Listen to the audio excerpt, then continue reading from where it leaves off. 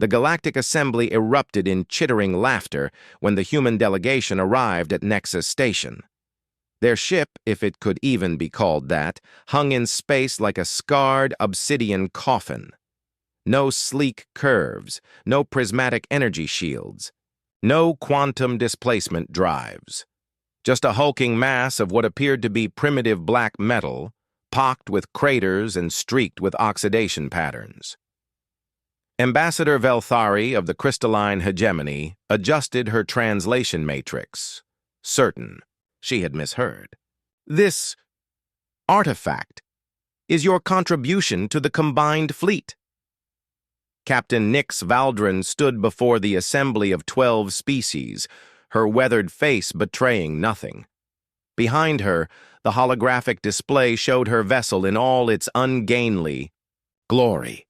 The Kronos Eternal measured nearly 2 kilometers in length, but looked more like a derelict asteroid than a warship. The Devourers have consumed 17 star systems, hissed Supreme Tactician Morgeth, his serpentine form coiling with disdain. Your enemies wield ships that bend space-time itself, and humanity sends this. Ripples of amusement spread through the assembly. The ethereal collective's representative, a being of pure energy contained within a force shell, pulsed with what could only be interpreted as condescension. Perhaps humans should observe from a safe distance while proper civilizations handle this threat. Nix's jaw tightened almost imperceptibly. She had anticipated this reaction. Humanity had only joined the galactic community 3 decades ago, still considered newcomers despite their rapid technological advancement. Their ships lacked the elegant beauty of Velthari's crystal constructs, or the terrifying organic curves of the Morgeth warforms. The Kronos Eternal has seen combat, Nix said quietly. Against what? Space debris? Velthari's crystalline form refracted the station's lights in what her species considered laughter. Fleet Commander Aextar of the Titan Syndicate leaned forward, his massive mechanical frame grinding softly. Child species, your bravery is noted, but this is not a battle for museum pieces. The Devourers consume matter itself. They turn starships into raw materials for their expansion. What can your relic possibly accomplish?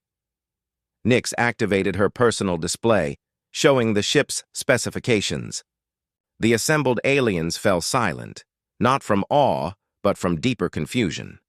The power output readings were impossible. The energy signature suggested a reactor core larger than most space stations. The armor composition showed elements that shouldn't exist in stable form. Most puzzling of all, the construction date made no sense. There must be an error in your translation matrix, Velthari said finally. This data suggests your ship is over 2 millennia old. Not an error, Nix replied. The Kronos Eternal has been under construction for exactly 2,147 years. The silence stretched uncomfortably. Finally, Morgeth's forked tongue flicked out in his species' expression of bewilderment. That is impossible. No project could maintain continuity across such a time span. Governments change, civilizations rise and fall, technologies become obsolete. Indeed, Nix said simply. Most civilizations couldn't manage it. Supreme Admiral Yexgol of the Void Dominion, whose species had ruled space lanes for over 10,000 years, stirred for the first time. His ancient voice carried the weight of eons. Explain. Nix's expression remained neutral, but those who knew humans well might have detected the faintest smile. The Devourers aren't humanity's first existential threat, Supreme Admiral. We've faced extinction before, from our own weapons, from cosmic disasters, from diseases that should have ended us. Each time we learned something valuable. Some threats require solutions that span generations. The assembly waited, their mockery slowly transforming into something approaching interest. 2,000 years ago, our scientists detected the first traces of Devourer activity at the galaxy's edge. We calculated their expansion rate, their consumption patterns, their inevitable trajectory toward inhabited space. We realized that by the time they became an immediate threat, it would be too late to develop adequate countermeasures. Nix gestured toward the hologram of her ship. So we began the Millennium Forge project. The name sent a chill through the assembly, though none of them could have said why. Supreme Admiral Yexgol's ancient eyes narrowed to focusing points. In his 10 millennia of existence, he had witnessed the rise and fall of hundreds of civilizations. Most thought in terms of decades, centuries at most. The concept of a military project spanning 2,000 years defied everything he understood about species behavior. "Elaborate," he commanded, his voice carrying harmonics that made the station's hull vibrate. Nix touched her display, and the hologram of the Chronos Eternal expanded, revealing internal structures that made several delegates lean forward despite themselves. The Millennium Forge wasn't just about building a ship. It was about building a civilization capable of sustained, multi-generational focus. Ambassador Velthari's crystalline form flickered with skeptical patterns. "Your species barely maintains political continuity across decades. How could you possibly—" "We changed," Nix interrupted quietly. "The detection of the Devourers united humanity in ways nothing else ever had. Not religion, not ideology, not even survival, but purpose. The knowledge that our children's children's children would face extinction unless we acted. The hologram shifted, showing not just the ship but the massive infrastructure that had built it. Orbital foundries that dwarfed moons, generation ships that served as mobile factories, entire solar systems converted into resource extraction and processing centers. Phase 1 took 3 centuries, Nix continued. We had to develop the theoretical framework, materials that could maintain structural integrity across millennia, energy systems that could operate continuously for 2,000 years without degradation, computing architectures that could evolve while maintaining core functions.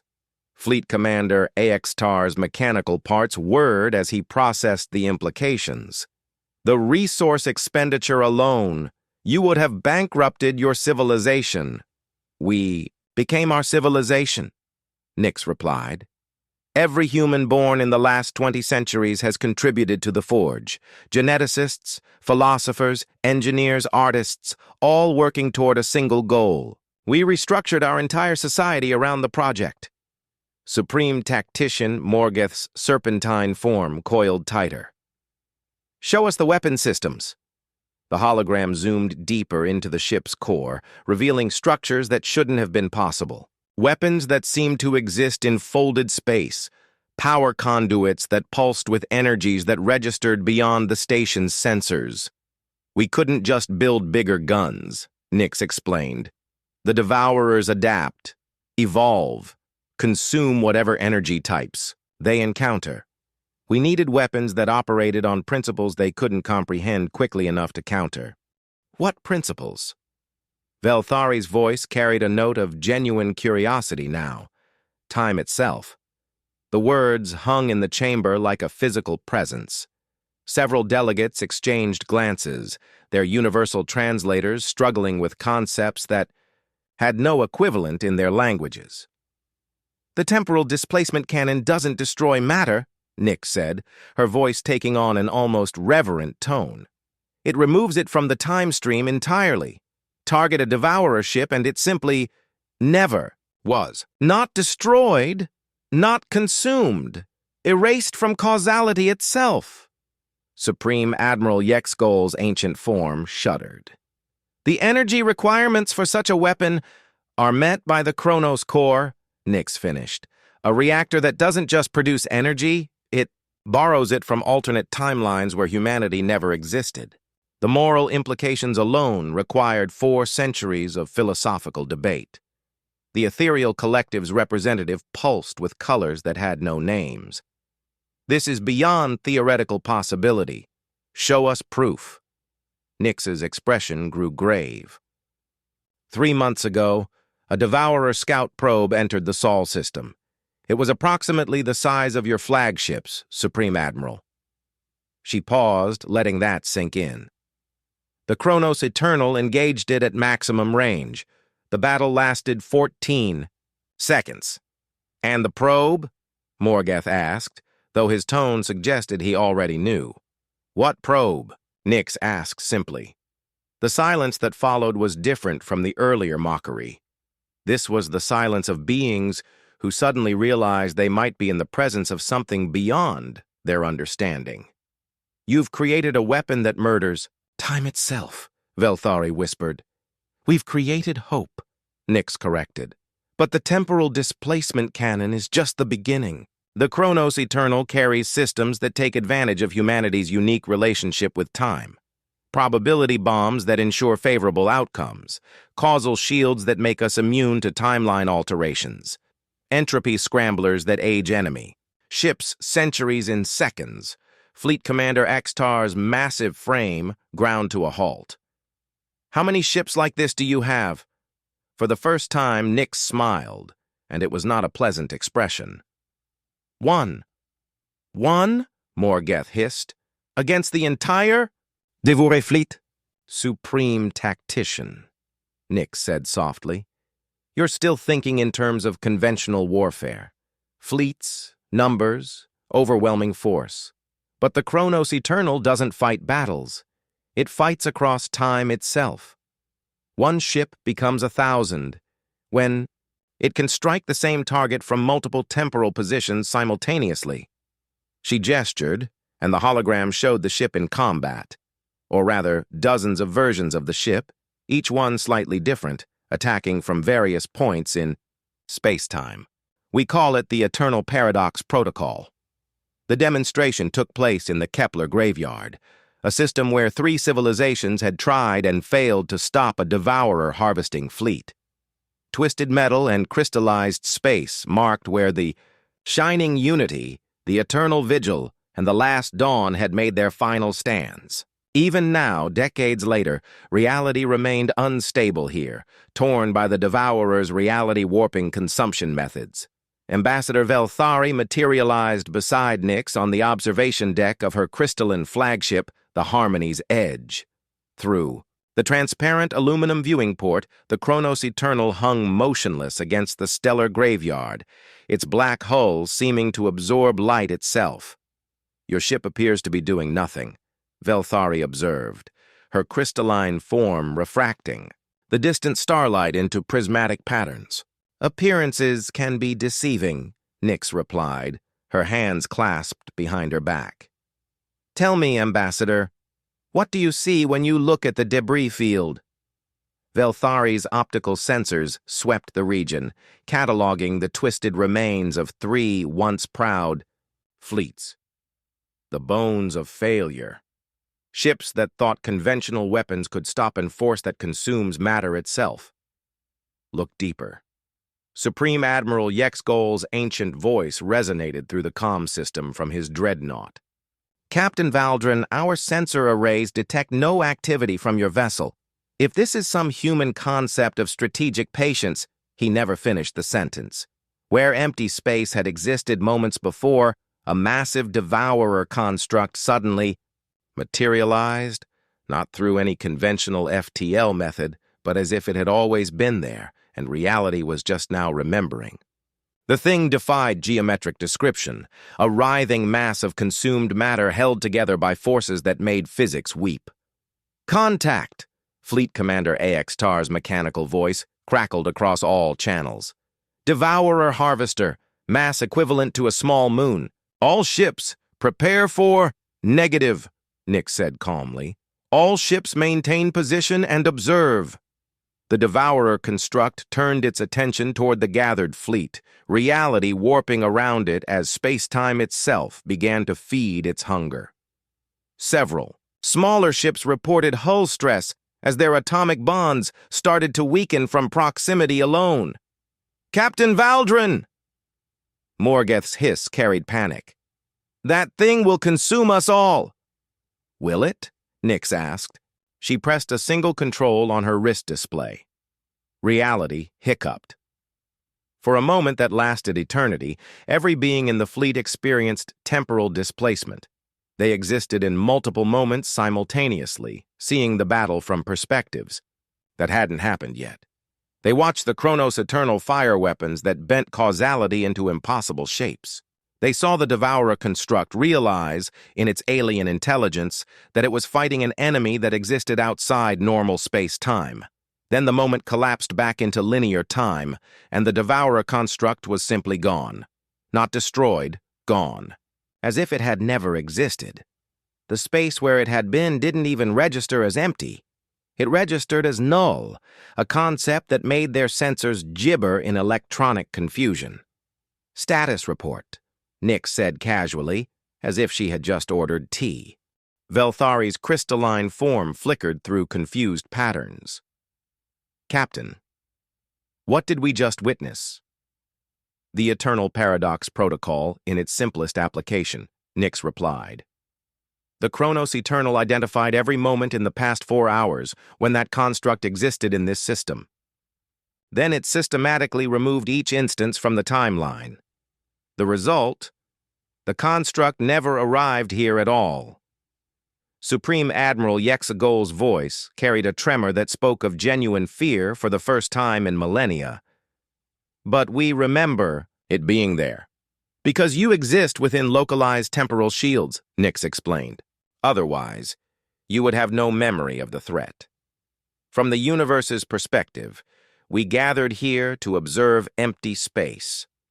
Fleet Commander Xtar's mechanical systems ran diagnostic after diagnostic, trying to process what his sensors had recorded. The energy expenditure for such an operation, it should have drained your reactor completely." "It did," Nyx admitted. 47 years ago, when we first fired the weapon. The Chronos Core has been slowly rebuilding power reserves ever since, drawing energy from probability streams where humanity developed fusion technology earlier."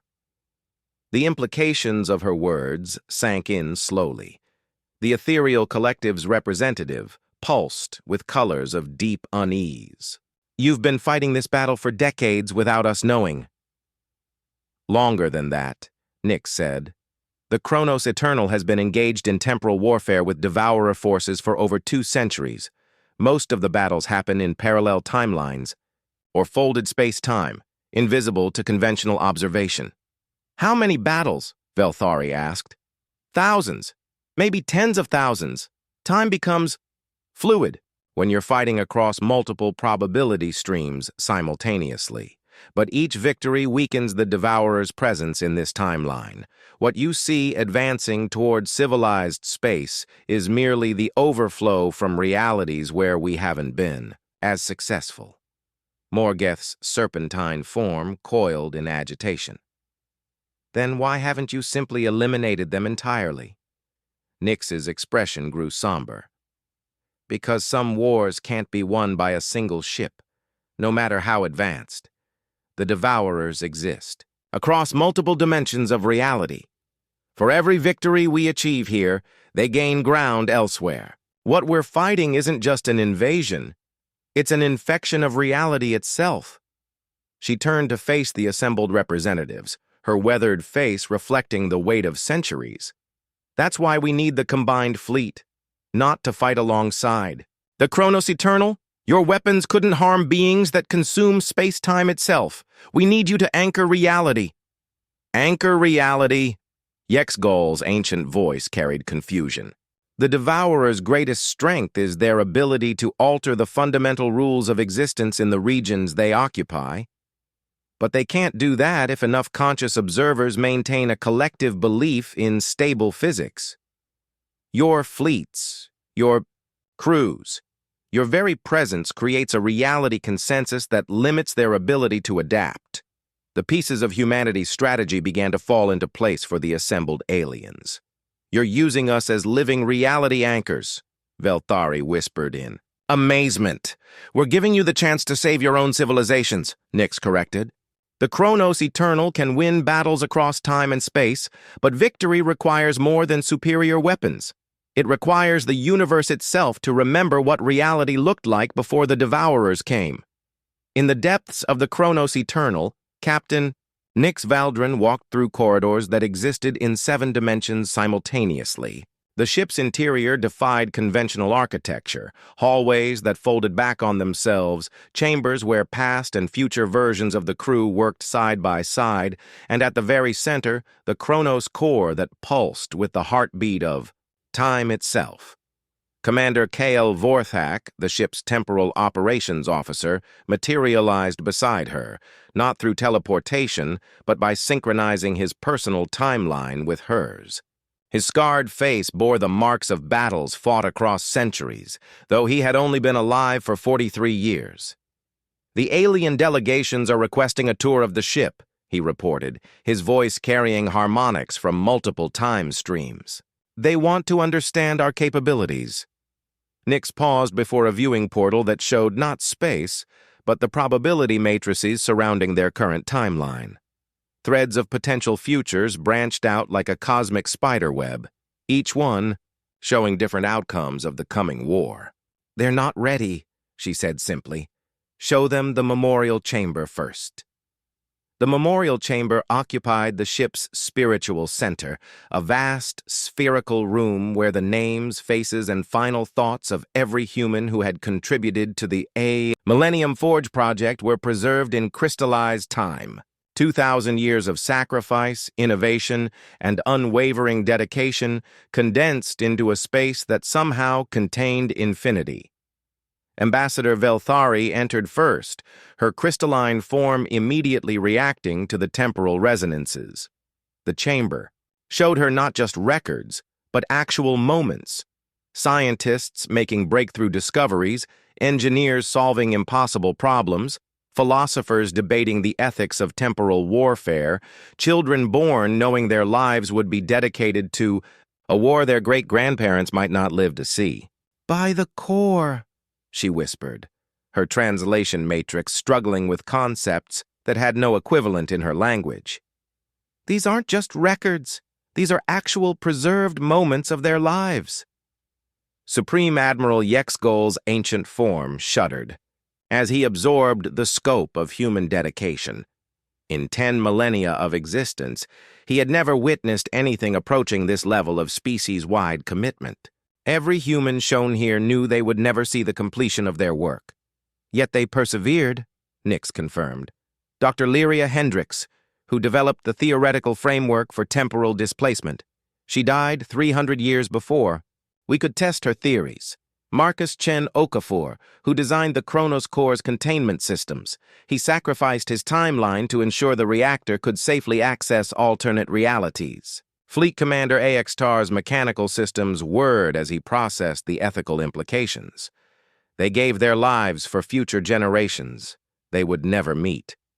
They gave more than their lives, Nix said quietly.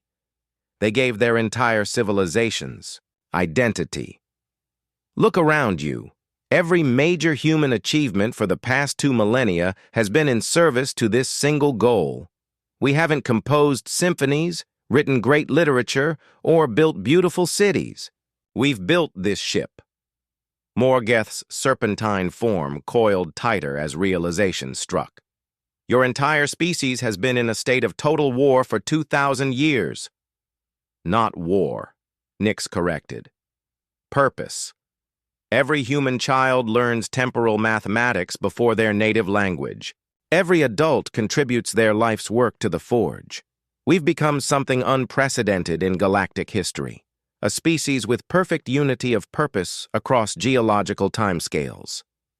The ethereal collective's representative pulsed with deep, blue patterns of profound respect.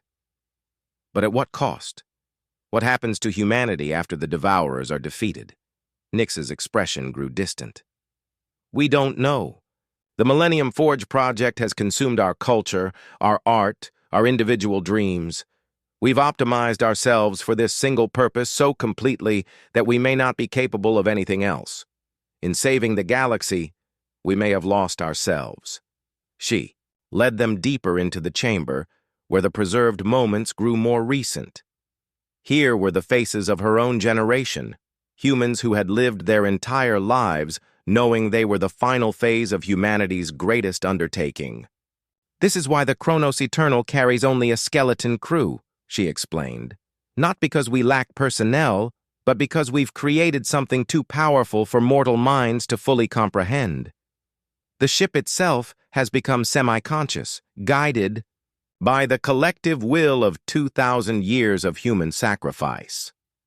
Velthari studied a preserved moment showing a young human scientist making calculations that wouldn't be understood for another century. "How do you bear the psychological weight of such sacrifice?" "We don't bear it," Nix replied. "We become it. Every human aboard this ship exists simultaneously across multiple timelines. We experience our ancestors' dedication, their discoveries, their final moments. We are not just individuals. We are the living embodiment of our species' 2,000-year commitment." Commander Vorthak gestured toward a section of the chamber where temporal resonances were strongest. "Show them the price matrix."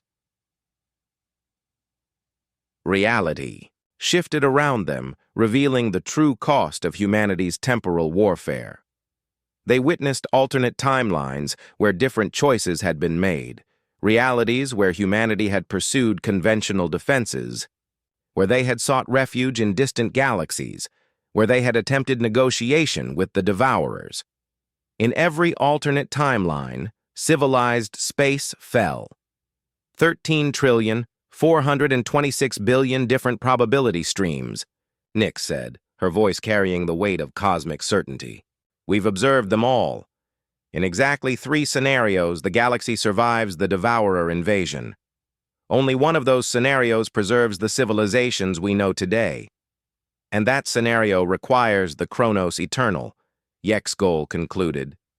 "That scenario requires everything you see here," Nix confirmed. "Every sacrifice, every innovation, every moment of 2,000 years of human dedication. Remove any single element, and civilized space falls to entropy." The assembled aliens stood in silence, finally understanding the true scope of what humanity had undertaken. They were not just witnessing a warship, they were standing inside the culmination of the most extensive project in galactic history. "There's something else you need to understand," Nix said, her voice taking on a harder edge. "The Kronos Eternal isn't just humanity's contribution to the war effort. It's our guarantee that the war will be fought on our terms, according to our timeline, with victory defined by our survival requirements." "What do you mean?" Velthari asked, though her crystalline form was already shifting into patterns of growing alarm. Nix's smile was sharp as temporal steel. "We mean that if you're not willing to fight alongside us with absolute commitment, we're prepared to fight without you. And if necessary, we're prepared to rewrite history so that you never existed to complicate the battle." The threat hung in the air like a living thing, and for the first time, the galaxy's most powerful civilizations understood that they were not just allied with humanity, they were subject to humanity's vision of survival. The Devourer main fleet arrived at the galactic frontier like a cancer metastasizing through space-time itself. Reality warped and buckled around their passage, leaving trails of fundamental instability where the laws of physics forgot how to function properly. Their vessels, if they could be called vessels, defied description, existing as much in conceptual space as physical reality. Fleet Admiral Zix Andra of the Void Dominion watched her sensors fail one by one as the enemy fleet's reality distortion field expanded. Her flagship, the Eternal Dominance, groaned under stresses that had no name in any language. Around her, the greatest military force the galaxy had ever assembled, prepared for a battle that would determine the fate of existence itself. "All ships report ready," she transmitted across quantum channels to the combined fleet. 200,000 warships from 12 species, representing 30 million years of accumulated military knowledge and technology. "Combined fleet acknowledges," Captain Nix Valdrin's voice replied from the Kronos Eternal. The human ship hung apart from the main formation, its black hull seeming to exist slightly out of phase with normal space-time. Initiating Temporal Anchor Protocol. What happened next defied every principle of physics the assembled aliens understood. The Chronos Eternal didn't move through space. Space moved around it. Reality rippled outward from the human ship in concentric waves, and suddenly every vessel in the combined fleet existed in a bubble of stabilized causality. By the core, Ambassador Velthari whispered from her crystal ship. They're not just anchoring reality, they're redefining it. The Devourer. Fleet paused in its advance, and for the first time in their cosmic existence, they encountered something that confused them. Their reality warping abilities, which had consumed 17 star systems, simply stopped working in proximity to the human ship.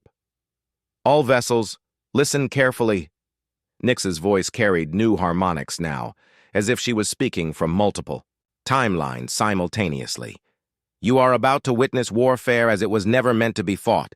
Do not attempt to understand what you see. Do not try to help. Simply maintain your positions and believe with absolute certainty that physics works the way it's supposed to. The first Devourer construct to test the stabilized reality field simply ceased to exist. Not destroyed, not damaged, it touched the boundary of stable space-time and was rejected by the universe itself, like an equation dividing by zero. But the Devourers learned. They had consumed matter, energy, and even concepts across galactic distances. They were nothing if not adaptable. The second wave of constructs didn't try to alter reality. Instead, they attacked it, sending ripples of pure entropy that sought to age the combined fleet into cosmic dust. Temporal shields holding, Commander Vorthak reported from the Chronos Eternal.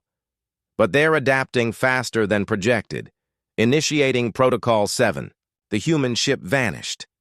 For 17 seconds, the combined fleet faced the Devourers alone, and in those 17 seconds, they learned why conventional warfare was useless against an enemy that consumed the building blocks of existence. The entropy waves aged the Shining Resolve 2,000 years in moments, turning its hull to cosmic dust. The reality distortion field turned the crew of the Final Dawn into mathematical equations that forgot they had ever been alive. Then the Chronos Eternal returned, all of it. Not one ship, but dozens, each one attacking from a different temporal position. They struck the Devourer fleet simultaneously from past, present, and multiple potential futures, their weapons firing backwards through time to hit targets before they had finished forming. Probability bombs away, Nyx announced calmly, as if she was discussing weather patterns. The weapons detonated in the spaces between reality, ensuring that favorable outcomes became inevitabilities. Devourer constructs found their molecular structures randomly reorganizing into harmless configurations. Their reality warping abilities turned against them, creating feedback loops that aged them out of existence. But the Devourer's true weapon wasn't their individual constructs. It was their collective ability to make the universe forget what it had been before they arrived. As the battle raged, space itself began to develop amnesia, fundamental constants shifting as reality tried to accommodate both the Devourer's presence and the humans' temporal manipulations. Reality cascade failure in sectors 7 through 12, Velthari reported, her crystalline form flickering as her ship struggled to maintain coherence. We're losing dimensional stability. Not we, Nyx corrected. They are. The Chronos Eternal split into its component timelines, each version of the ship becoming visible as it worked to stabilize different aspects of local space-time. Some fought the Devourers directly, their temporal weapons erasing enemy constructs from causality itself. Others worked to repair the damage to reality, restoring physical constants and reweaving the fabric of space-time. Supreme Admiral Yexgol watched in amazement as battles raged across 7 dimensions simultaneously. How are you coordinating attacks across multiple timelines? We're not coordinating, Nyx replied, her voice coming from past, present, and future simultaneously. We are the coordination. Every version of the Chronos Eternal is the same ship, guided by the same 2,000-year purpose. We don't need communication across timelines because we are the timeline.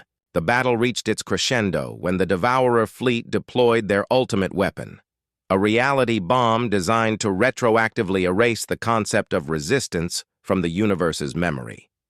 If successful, the very idea of fighting back against entropy would cease to exist, making their victory inevitable across all possible timelines. The bomb detonated in the space between dimensions, and for one terrible moment, the combined fleet began to forget why they were fighting. Their weapons powered down, their shields collapsed, their crews stared at the approaching Devourers with dull acceptance. But the Chronos Eternal remembered. Eternal Paradox. Protocol. Final phase, Nyx announced, her voice now carrying the accumulated will of 2,000 years of human determination. The ship stopped existing in normal space-time entirely, becoming pure purpose made manifest. It reached across the quantum foam underlying reality and touched every moment in galactic history where sentient beings had chosen to fight rather than surrender. From the first primitive human who threw a rock at a predator, to the crystalline philosophers who chose beauty over efficiency, from the mechanical warriors who rebuilt themselves stronger after every defeat, to the energy beings who chose consciousness over entropy. The Chronos Eternal became the living embodiment of the will to survive, and it reminded the universe what that meant.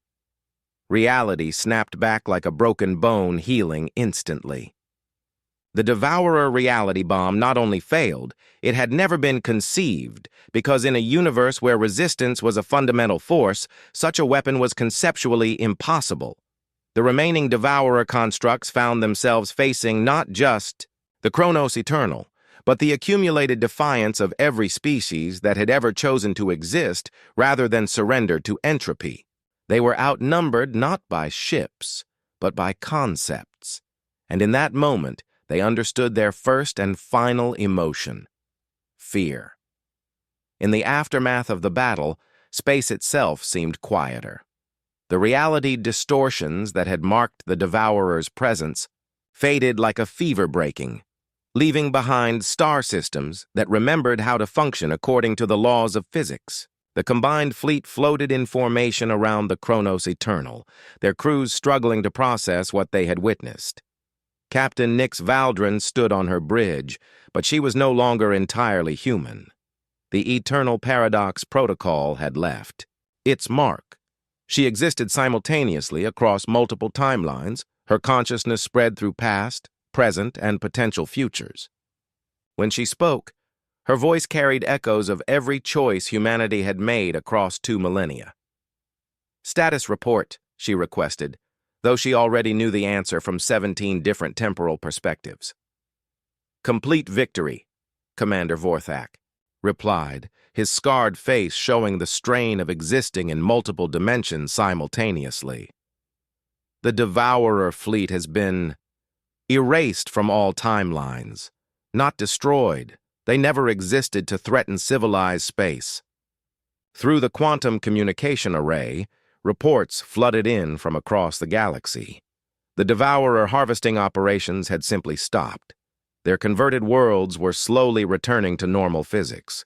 The reality tears they had left behind were healing, guided by the universe's restored memory of how things should be. But victory had come with a price that was only now becoming apparent.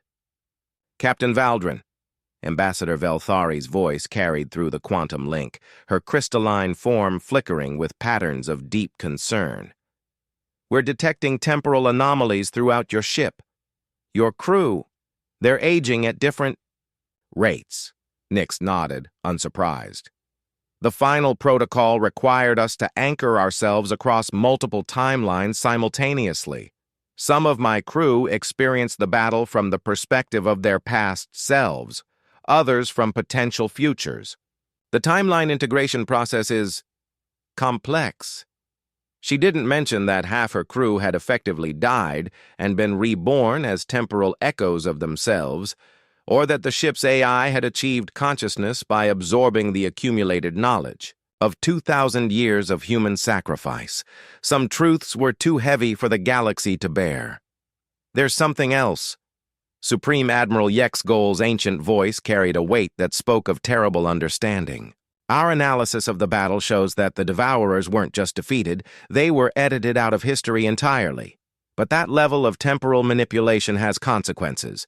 Reality is settling into new patterns. Fleet Commander AX-TAR's mechanical systems whirred with calculations. We're detecting retroactive changes throughout galactic history. Nothing major, but cumulative effects across millions of years. Some star systems that should exist don't. Others that shouldn't exist do. The galaxy has been subtly rewritten. Nyx walked to her ship's temporal observatory, where the Chronos Eternals, most sensitive instruments, monitored the flow of causality itself. Through the viewing portal, she could see the probability streams settling into new configurations, alternative timelines merging and diverging as reality found its new equilibrium. The changes are minimal, she assured the assembled fleet commanders. We've been monitoring potential cascade effects for 200 years of subjective time. The galaxy will adapt. Life will continue. The fundamental nature of existence remains unchanged. But Velthari's crystalline form detected harmonics of regret in Nyx's voice. But humanity has paid the ultimate price for this victory, Nyx admitted. The Millennium Forge project is complete. The Chronos Eternal has fulfilled its purpose. And in doing so, we've discovered something we should have anticipated. She activated a holographic display showing Earth and the human colonies. The worlds were there. The population's healthy and thriving, but something essential was missing. We've forgotten how to be anything other than warriors in a 2,000-year war, Nyx explained. Our entire civilization, our culture, our individual identity, everything was sacrificed to create this ship and win this battle. We saved the galaxy, but we lost ourselves in the process. The silence that followed was different from the earlier moments of shock and awe. This was the silence of beings who understood they were witnessing the end of a species' identity. The humans aboard the Chronos Eternal are the last to remember what we were before the Forge, Nyx continued, her voice carrying the weight of species-wide loss. And even we exist primarily as temporal echoes now, shaped more by our purpose than our humanity. Commander Vorthak approached, his form flickering between past and present versions of himself. Captain, we're receiving transmission from Earth. The Forge Council wants to know, what do we do now? The question hung in the air like a physical presence. For 2,000 years, humanity had known exactly what to do. Build the ship, perfect the weapons, prepare for the final battle. Now, with victory achieved, they faced a future they had never planned for. We learn, Nyx said finally. We learn how to be human again. She turned to address the assembled fleet commanders. The Chronos Eternal will remain on patrol at the Galactic Edge, monitoring for any temporal anomalies or reality distortions that might indicate new threats. But humanity's war is over. We can finally begin the process of rediscovering ourselves. Morgeth's serpentine form coiled with what might have been sympathy. After 2 millennia of single-minded purpose, how does a species simply change? The same way we built this ship, Nyx replied with the faintest hint of a smile. One generation at a time, slowly, deliberately, with absolute commitment to success. Supreme Admiral Yexgol's ancient voice carried notes of deep respect. Captain Valdrun, the galaxy owes humanity a debt that can never be repaid. Your species sacrificed everything so that ours could continue to exist. We didn't sacrifice everything, Nyx corrected quietly. We invested it. The knowledge gained from the Millennium Forge project, the technologies developed, the understanding of time and causality, these things will benefit every species. Humanity's gift to the galaxy isn't just freedom from the Devourers. It's the proof that any challenge can be overcome with sufficient dedication across sufficient time. She gestured toward her ship, still black and scarred, but now somehow magnificent in its ugly functionality. The Chronos Eternal will serve as a reminder, not of war, but of what beings can accomplish when they unite behind a common purpose that transcends individual lifespans. Ambassador Velthari's crystalline form pulsed with patterns of deep gratitude. What can we do to help humanity rebuild? Remember us, Nick said simply. Remember what we were willing to sacrifice. Remember that the preservation of life and consciousness is worth any price. And when your own species face existential challenges, remember that the impossible becomes inevitable when approached with infinite patience and absolute resolve. The fleets began to disperse, returning to their home worlds with the news of victory and the sobering lesson of its cost. But the Chronos Eternal remained at the galactic edge, its crew of temporal echoes beginning the slow process of learning how to exist in peace. In the ship's memorial chamber, where 2,000 years of human sacrifice were preserved in crystallized time, new entries began to appear. Not records of death and dedication, but of rebirth and discovery. The first human children born after the war's end. The first artwork created for beauty rather than function. The first love songs written in 2 millennia. Captain Nix Valdrin, existing now more as a concept than a person, watched the galaxy settle into its new patterns of peace. The Devourers were gone, edited from history so completely that soon only the combined fleet would remember they had ever existed. Reality had healed, stronger than before, because it now carried the scars of survival. Humanity had won the ultimate victory. They had saved existence itself. The price had been their identity, their culture, their very humanity. But as she watched the first generation of post-war humans begin to create art and music and literature again, Nix realized that perhaps this, too, was part of the plan. The Millennium Forge project hadn't just built a weapon. It had built a species capable of ultimate sacrifice and ultimate renewal. Humanity had died as warriors so they could be reborn as something greater, the gardeners of galactic civilization, the guardians of time itself, the living proof that love could triumph over entropy when backed by infinite determination. The Chronos Eternal hung in space like a black monument to sacrifice and hope, its temporal weapons silent but ready, its crew slowly remembering how to dream of futures that held more than mere survival.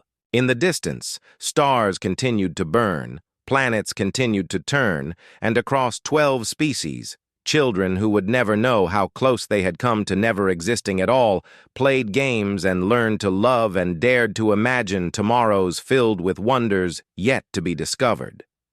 The war was over. The real victory was just beginning. In the deep archives of the Galactic Assembly, a single entry records the Battle of the Temporal Edge. On this date, humanity taught the universe that some prices are worth paying. Some sacrifices transcend individual existence, and some victories echo across eternity itself. May we prove worthy of their gift.